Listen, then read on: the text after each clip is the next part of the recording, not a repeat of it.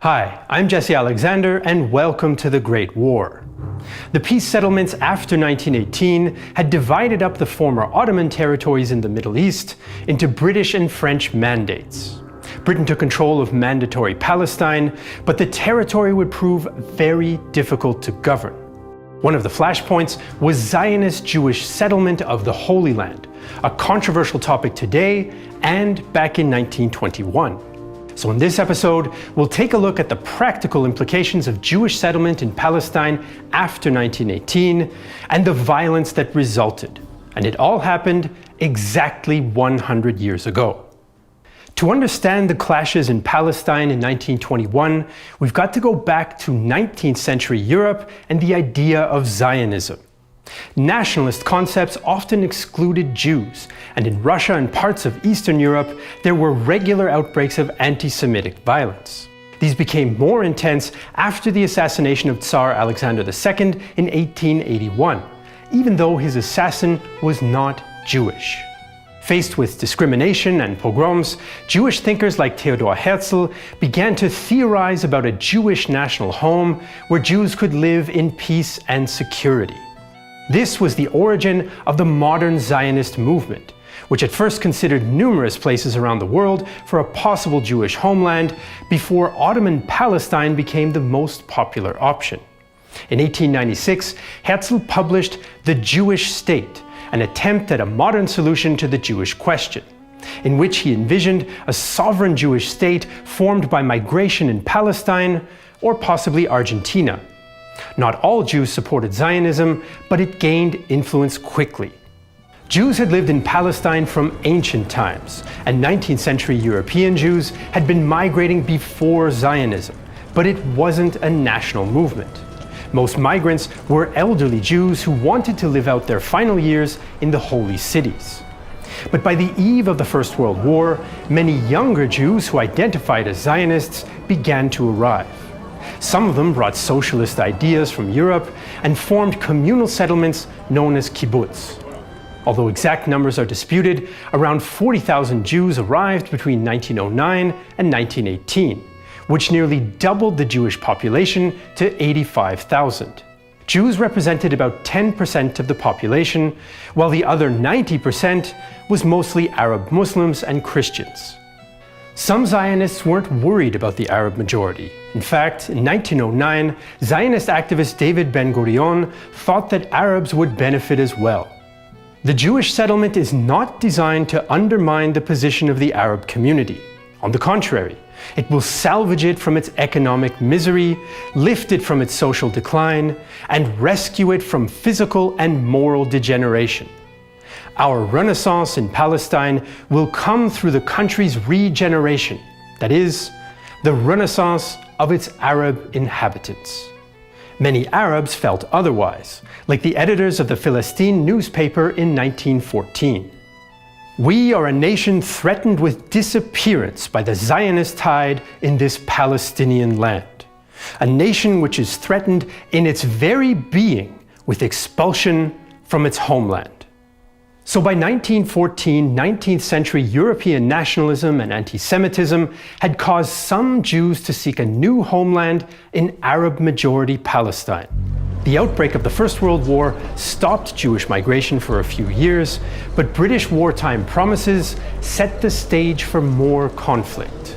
From 1914 to 1918, people in Palestine suffered from wartime shortages, and the region became a battlefield in the last 2 years of the war.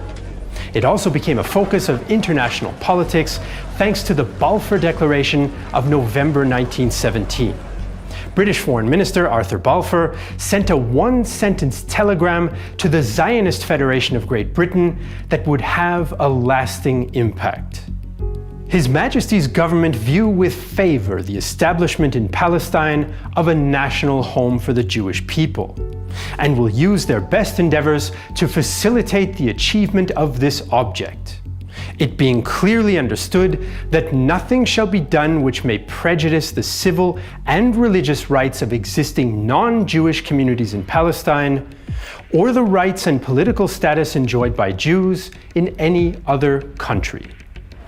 The Zionist movement appeared to have gained Britain's support, But although some British ministers were sympathetic, the declaration was about wartime strategy. Many Britons believed Jews were influential in the United States and in revolutionary Russia, and hoped that the declaration might help the war effort against Germany.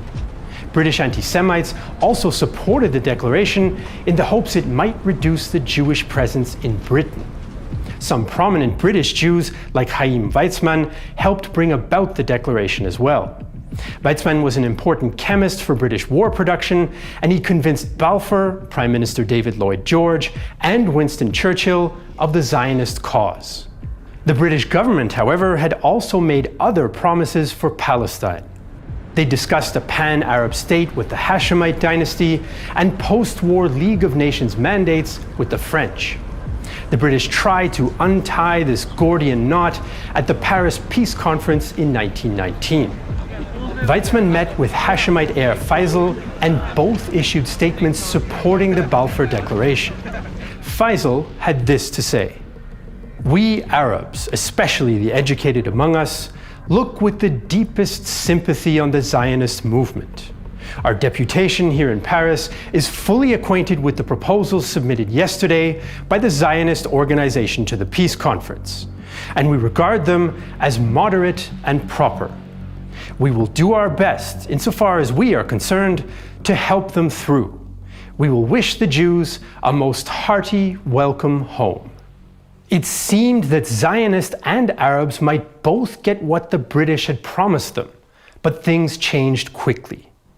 Once the peace conference came to an end, British support for a pan-Arab state disappeared, and they took control of Palestine via the League of Nations.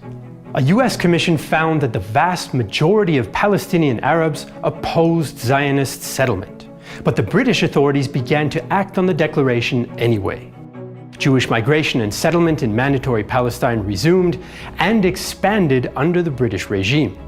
35,000 Jews arrived between 1919 and 1923, mostly farmers from Eastern Europe.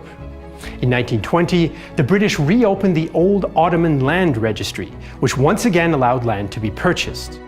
Jewish settlers bought large tracts of land, often helped by international organizations like the Jewish National Fund, the Palestinian Colonization Association, and the World Zionist Organization. Throughout the 1920s, Jewish financial inflows were on average 40% higher than Palestine's actual domestic product. But this land did not come cheap. In Ottoman times, local peasant farmers often didn't register the land in their own names because they were afraid of extra taxes or military service. Wealthier city residents registered the land in their name in exchange for tools or animals for the peasants. Now the landowners in Damascus or Beirut sold their holdings to Jewish settlers for exorbitant prices. Much of the land bought by settlers was sparsely populated and undesirable swamps or marshland.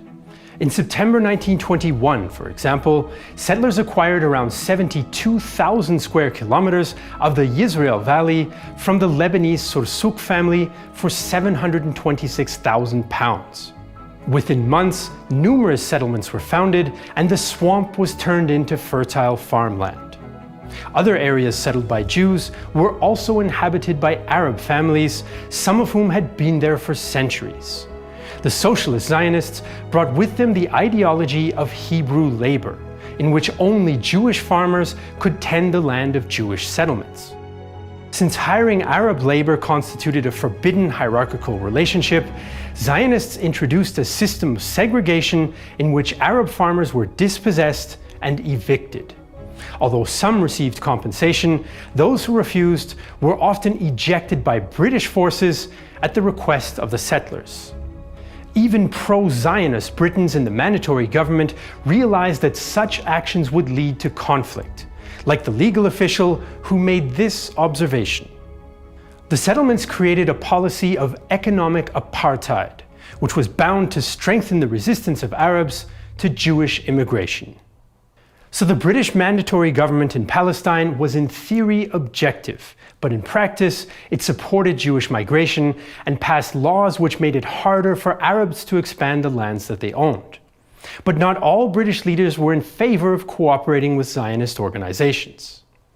Groups like the Zionist Commission had been working with the British since the beginning of the Mandate, while Weizmann promoted their cause in London. But they couldn't convince all British leaders to support them. Chief Administrator in Palestine, General Louis Bowles, complained to Lloyd George about Zionist activities in March 1920. My own authority, and that of every department of my administration, is claimed or impinged upon by the Zionist Commission. It is of no use saying to the Muslim and Christian elements of the population that our declaration as to the maintenance of the status quo on our entry into Jerusalem has been observed. Facts witness otherwise. On the other hand, the Zionist Commission accuses me and my officers of being anti-Zionism. The situation is intolerable. It is manifestly impossible to please partisans who officially claim nothing more than a national home, but in reality will be satisfied with nothing less than a Jewish state, and all that politically implies. Eventually, Bowles called for the Balfour Declaration to be revoked, but his military administration was replaced by a civilian one led by High Commissioner Sir Herbert Samuel in July 1920. Samuel was a British Jew and an enthusiastic Zionist. The policy of His Majesty's government that I had come here to execute is to encourage the immigration of Jews until a point shall be reached at which their interests shall be sufficiently predominant to warrant the establishment of Jewish government in Palestine. Most Arabs were dismayed with an openly Zionist British High Commissioner, but Zionist groups celebrated his arrival, and Weizmann even took credit for it. I was mainly responsible for the appointment of Sir Herbert Samuel to Palestine. Sir Herbert Samuel is our friend. At our request, he accepted that difficult position. We put him in that position. He is our Samuel. So by mid-1920, the pro-Zionist British Mandatory Government increased cooperation with Zionist groups like the Jewish Assembly of Representatives. At the same time, the British denied similar access to Arab groups like the Palestine Arab Congress. Palestinian leaders and intellectuals complained bitterly about British policy. They pointed to the lack of progress towards the promised pan-Arab state and felt that Palestine was treated differently than the other mandates because of Zionist interference. Writer Musa Kazim al-Husseini was part of a delegation that met with Colonial Minister Winston Churchill in August 1921. Since Palestine opened its doors to Jewish settlers, its trade has gradually drifted into their hands. They depreciate the value of land and property, and at the same time manipulate a financial crisis in order that landlords under the stress of need should sell out at ruinous prices. Can Europe then expect the Arabs to live and work with such a neighbor? Had not England better find a country for them in the vast, uninhabited regions of her great empire? Churchill reiterated that Zionism should also benefit the Arabs, but he made it clear that British policy would not change. The British government means to carry out the Balfour Declaration. I have told you so again and again. I told you so at Jerusalem. I told you so at the House of Commons the other day. I tell you so now. We intend to bring more Jews in. We do not intend you to be allowed to stop more from coming in. During the early years of the British Mandate, conditions in Palestine like education, life expectancy, and agriculture had improved, which also fueled Arab immigration from neighboring areas. But it's debated to what extent these improvements in the quality of life were due to Jewish development, which was mostly limited to areas they settled. Conditions had already been improving under the Ottomans before the war, and infrastructure improvements in the Mandate were funded by the British. But some Jews, like Palestinian-born Yitzhak Epstein, felt that material improvements could not heal the rift with the Arabs. Indeed, the Jewish Yeshuv has already bestowed considerable bounty on the country's inhabitants. But all of this will not compensate for what we have subverted. How strong is the envy of people who have been swept off their land? The British administration did eventually offer Palestinian Arab leaders a representative assembly with a Muslim majority, but it would be purely advisory and have no actual powers. The Palestinians refused because they felt that accepting would be a tacit acceptance of the Balfour Declaration. Palestinian political opposition to Zionism failed to stop Jewish migration for different reasons. The British refused to accredit Arab congresses, the Palestinians were divided on whether they wanted a Palestinian or pan-Arab state and along tribal lines, and the British mandatory government gradually removed pro-Arab administrators. So Palestinian Arabs were unhappy with British support for Zionism and the lack of Arab representation. The tensions soon turned violent, and riots broke out in February and May 1920. But events in May 1921 overshadowed all previous incidents.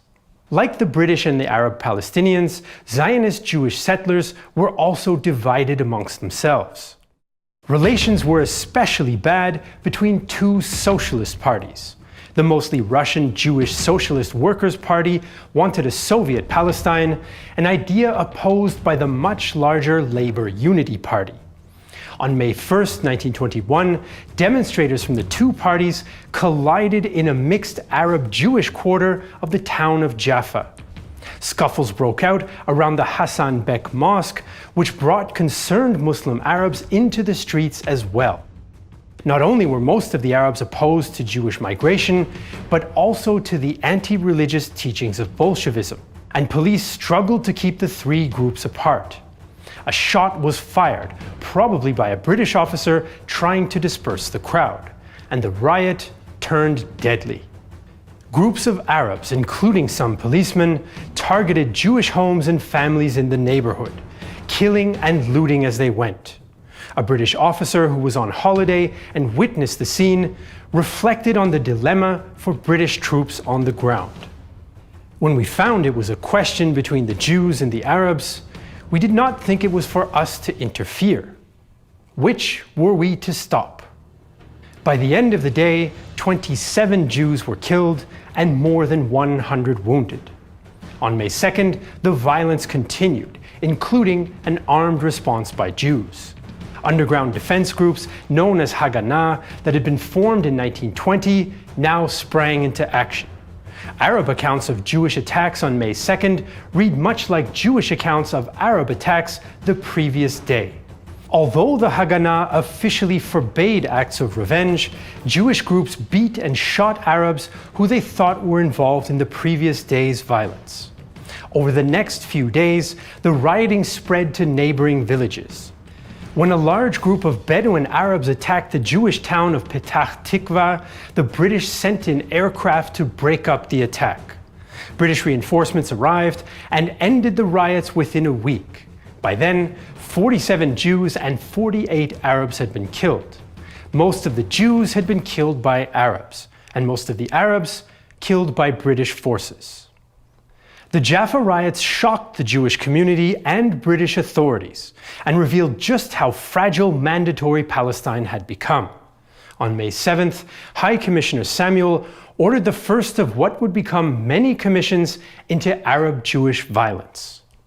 The Haycraft Commission of Inquiry lasted 10 weeks and heard 300 witnesses.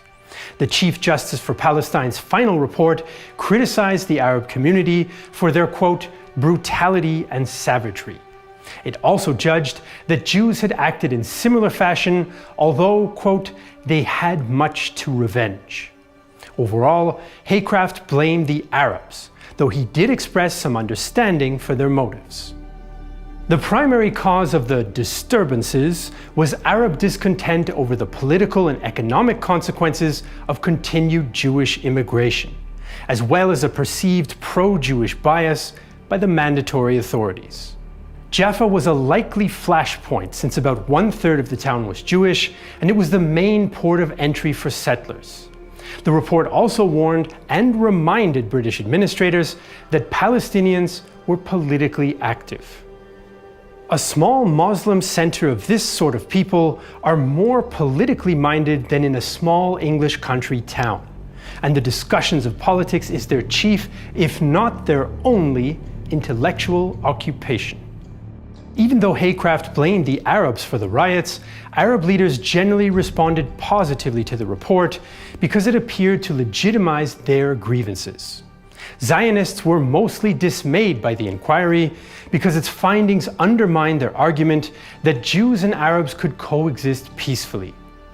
Some international Jewish newspapers, like the London Jewish Chronicle, criticized the British for holding the inquiry in the first place. Imagine the wild animals in a zoological garden springing out of their cages and killing a number of spectators, and a commission appointed to inquire into the causes of the disaster, reporting first and foremost that the animals were discontented with and hostile to the visitors who'd come to see them, as if it were not the first business of the keepers to keep, to know the habits and disposition of the animals, and to be sure that the cages were secure. The riots caused Samuel to temporarily suspend immigration and make some conciliatory gestures towards the Arabs, which appalled his fellow Zionists like David Ada. The word traitor crossed my lips. Jewish settlers feared more Arab attacks and worried that the British might abandon them, so some groups began to stockpile weapons. Back in London, Lloyd George, Churchill and Balfour met with Weizmann in July and assured him the Balfour Declaration would remain in place. When Weizmann alluded to Jewish gun running, Churchill responded, "We don't mind it, but don't speak of it." British support for Zionism in Palestine and the Jaffa riots in 1921 were signs of things to come. In 1922, Churchill wrote that the British did not intend to make Palestine, quote, as Jewish as England is English, and that Jewish migration would be limited to the, quote, economic absorptive capacity of the land. For Arabs, these vague promises were cold comfort. 1922 also saw the official start of the British mandate in Palestine, the wording of which included the Balfour Declaration verbatim and granted Zionist organizations quasi-governmental responsibilities. British protection had helped the Zionist movement achieve a degree of international legitimacy, but Palestine was becoming unstable and violent. Haganah founder Ze'ev Jabotinsky felt that the time had come to build a metaphorical wall around the settlers. Zionist colonization can proceed and develop only under the protection of a power that is independent of the native population, behind an iron wall, which the native population cannot breach. The years to come would put that idea to the test. The roots of the Middle East conflicts in the years after the Great War is an important topic, and that's why we made today's episode. But frankly, if we only made our living with YouTube, we couldn't do it with topics like this one, which is obviously kryptonite for the YouTube algorithm. History is, in the grand scheme of YouTube's gigantic reach, not sexy enough for advertisers, and it's a bit of a footnote actually, and it's certainly not going to go viral. That's why we use crowdfunding for projects like our new series on the Franco-Prussian War called Glory and Defeat. Without your support outside of YouTube, we wouldn't exist. Another pillar of support for us is Nebula, a creator-driven streaming platform which we built together with other educational YouTubers. On Nebula, you can watch all our content ad-free and support creators more directly than on YouTube. We'd like to thank Mark Newton for his help with this episode. And as usual, you can find all our sources for the episode in the video description. And if you want to support our channel, you can support us on Patreon, and the link for that is in the video description as well. I'm Jesse Alexander, and this is The Great War 1921, a production of Real-Time History and the only YouTube history channel that is resigned that the comment section is going to be a dumpster fire.